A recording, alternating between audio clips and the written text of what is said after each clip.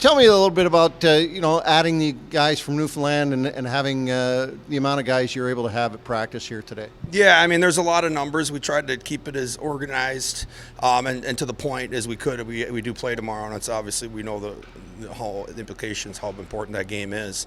The flow is really good. Having those guys in there, it's important for the energy and that they can know how we play. But again, there's been guys in our lineup that have gotten us to this point, and we're going to continue to make sure that we have the right chemistry and the right people in the lineup to give us a chance to win any night. Looks like Kyle Clifford might be back in the lineup. It looks like it.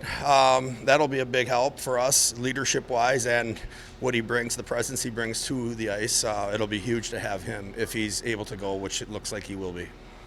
For the Growlers guys, how much it's sort of terrible for them that this is happening?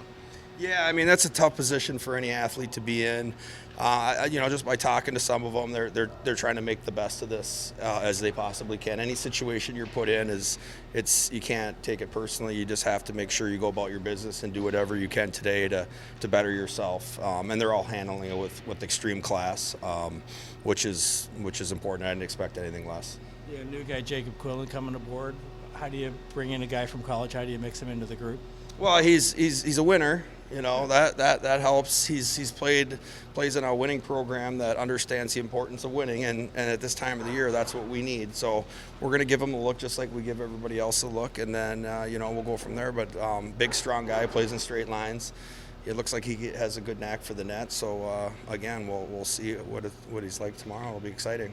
Do you think it's an advantage for college guys when their season ends and they can join the pros? They're still right at their top of their game, so to speak, because they've just been in the playoffs or whatever.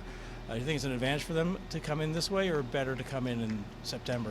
Well, I think I think it's always important for them to come in.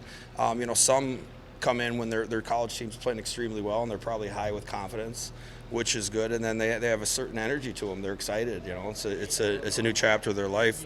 You can see a lot of good things with the energy-wise, but regardless of how it's important for him to get this experience before coming into the next camp, to get these games in, to see what it's like to prepare like a pro, to be around it. It's because it's a different environment. And anyway, he's got to take it in all he can. He seems like a smart guy, so it'll be important for him while he's here. Do you think they'll use him as a center? I think as right now we're pretty deep with our center position. We're going to try him on the wing, and then with our system anyway, the first guy back is F1. He's like a center anyway, so he seems pretty smart. Most centers pretty good head on their shoulders and understand the game, and I see him being no different. So we'll try him at wing, and then we'll go from there. Jake, first tell us a little bit about the program Quinnipiac and what it has meant to you and how it got you here. Yeah, Quinnipiac, it has a rich tradition, culture, and played 3 years there, won a national championship. We had a tough end of the season on Sunday there, losing to Boston College, but I love my time there. And what does it tell you, and how does it inform you to get to the pro level? Yeah, I think it's prepared me pretty well. See how I adjust in the next couple weeks there. Just looking to prove myself here, and yeah, it's a good spot to be. You get better there for sure. Day one, what are your thoughts?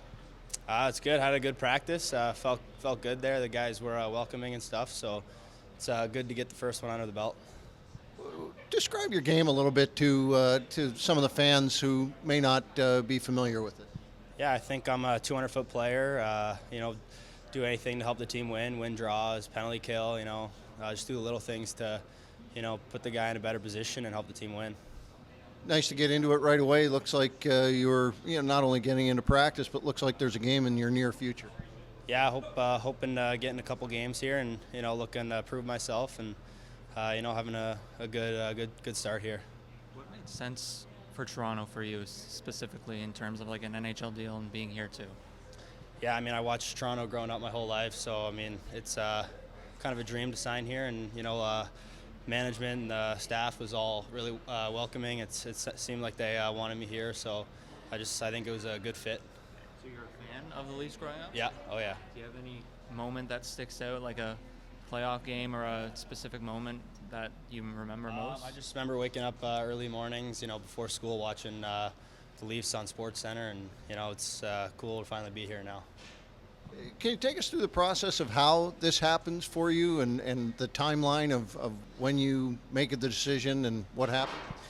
Yeah, I mean, they were watching me play throughout the year. The management reached out. We had a Zoom call a couple weeks ago, and we lost to BC on Sunday, and then I think the next day Brad called me, and then I signed that day. So it was yeah. What was the feeling at that moment?